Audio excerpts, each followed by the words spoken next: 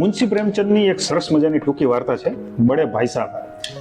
Story એવી છે કે બે ભાઈ હોય છે, એમાં મોટો ભાઈ એકદમ પઢાકુ અને હંમેશા ચોપડાઓમાં જ ગૂંચવાયેલો રહે છે, અને નાનો ભાઈ મદમસ્ત, રમત ગમતમાં એક નંબર અને રખડપટ્ટીમાં નવી નવી વસ્તુ શીખવામાં અવ્વલ. મોટો ભાઈ નાનાને શિખામણ આપે છે કે વાંચવાનું ને ભણવાનું રાખ, હું જો કંઈ બીજું નથી કરતો, મારું ફ્યુચર તારાથી વધુ સિક્યોર છે. પણ નાનો ભાઈ તો પોતાની મસ્તીમાં જ રચ્યો પચ્યો રહે છે. પછી બંનેની એક્ઝામ આવે છે અને નાનો ભાઈ મોટાથી વધુ નંબર લાવે છે. આપણે પણ આવું ઘણી બધી વાર જોયું છે, પણ તેની પાછળનું કારણ શું છે ખબર છે? નાનો ભાઈ તેના જવાબમાં કહે છે કે મોટા હોવું અને આગળ વધવું એમાં એક ફરક છે. હૃદયમાં એક નાની એવી જગ્યા ક્યુરિયોસિટી, ફન અને મોજ મસ્તી માટે પણ રાખવી પડે છે, કારણ કે કોઈ પણ કઠોર વસ્તુ વિકાસ અટકાવી દે છે, અને જ્ઞાનના વિકાસ માટે તો આ પ્રાથમિક જરૂરિયાત છે.